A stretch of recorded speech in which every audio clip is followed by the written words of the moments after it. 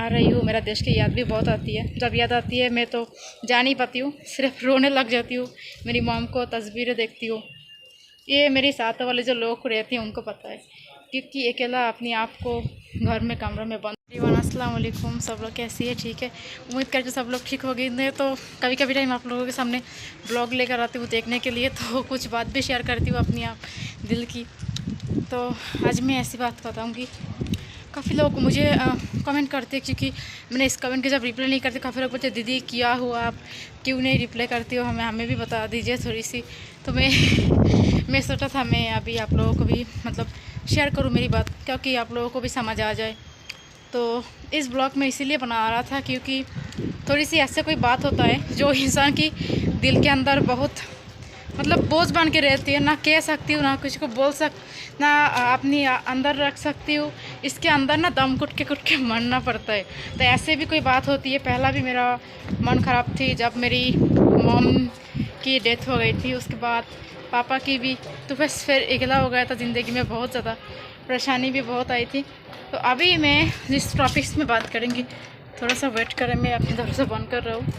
तो अभी जिस टॉपिक में बात करूँगी वो बात है कि मेरा बांग्लादेश का याद आता है कि नहीं आता है।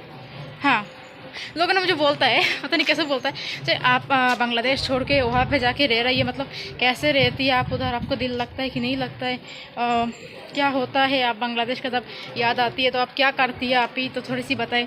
तो मैंने इस बारे में समझा कि आज थोड़ी सी बताओ। देखिए मैं कहा बेटे, मैं ऐसे बहुत सीधे हूँ, मैं जितना दिल करता बैठ जाती हूँ। मैं दिल में अच्छी हूँ, जो भी हो, बस लड़की अच्छी हूँ ये तो मानना ही पड़ेगा, क्योंकि लड़की अच्छी ना होता तो फिर यहाँ पे अपने देश सब कुछ छोड़ के यहाँ पे मैं नहीं आता। ठीक है, तो एक दिन मेरी सारी घर आप लोगों को दिखाएंगे किधर खाना बनाती हूँ, किधर।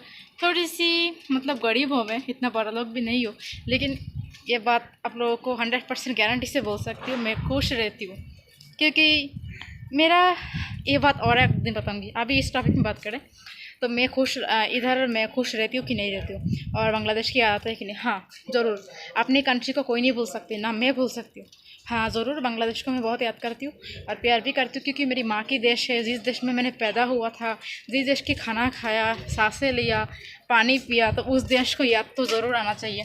जी बिल्कुल, बांग्लादेश की याद मुझे बहुत ज़्यादा आता है, और मैं यादों में रोने भी आ जाता है मुझे। हाँ ज़रूर, क्योंकि मैं कभी कभी रोना भी करती हूँ।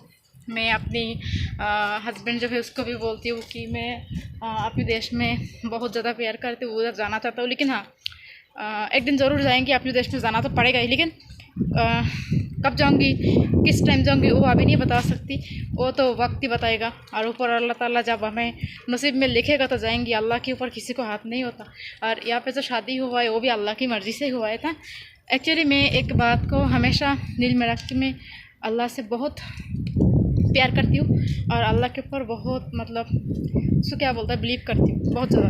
तो मैं यही कहती हूँ कि शादी, मौत और पैदाइश, जन्म, वो सारी हमारी जो अल्लाह है, अल्लाह ने लिखी है। किसको किधर शादी होगी नहीं होगी, वो मेरी माँ ने सिखाया कि ये बात पहला ही मेरी माँ ने सिखाया कि जन्म और मौत, शादी सब कुछ अल्लाह ने लिखता है। पहला यही बात मेरी माँ से सुना जब मेरी उम्र 5 साल की थी। उस टाइम तो मैं छोटा था, उस टाइम से ही मेरे थोड़ा मतलब माँ से सुन के फिर मुझे याद दिलाया मेरी माँ ने। उसके बाद यही दिल के अंदर बैठ कर, उसके बाद हमारे धर्म में भी यही है कि जिसको जितना शादी हुआ वो अल्लाह ताला ने लिखा होता है, ये नसीब के ऊपर लिखा होता है, जो हम देख नहीं सकता, लेकिन अल्लाह ताला देखता है किसको कितना शादी होता है कि नहीं होता है। किसी को शादी को लेकर मजाक करना, क्या गुस्सा करना, ये बात तो नहीं है। अल्लाह ताला की जो लिखी होती है हम कभी नहीं बदल सकता, है ना।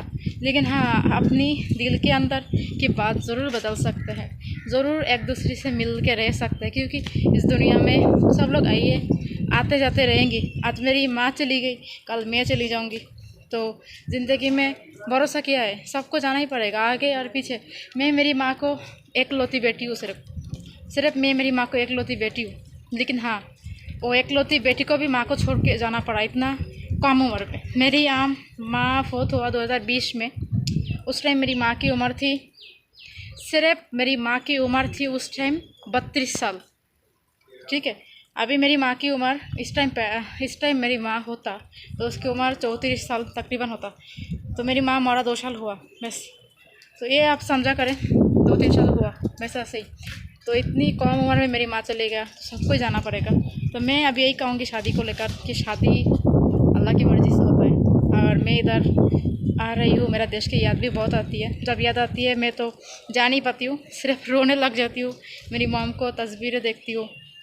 ये मेरे साथ वाले जो लोग रहते हैं उनको पता है, क्योंकि अकेला अपने आप को घर में कमरे में बंद करके रखिए। जब मेरी शौहर आएगा तो उनसे बात करेंगे। इसके आगे सारा दिन मोबाइल ही देखती रहती हूँ और कभी कभी वीडियोस बनाती हूँ, आप लोगों को दिखाती हूँ, आप लोग मुझे कमेंट्स करती है तो मैंने भी आप लोगों से बात करती हूँ।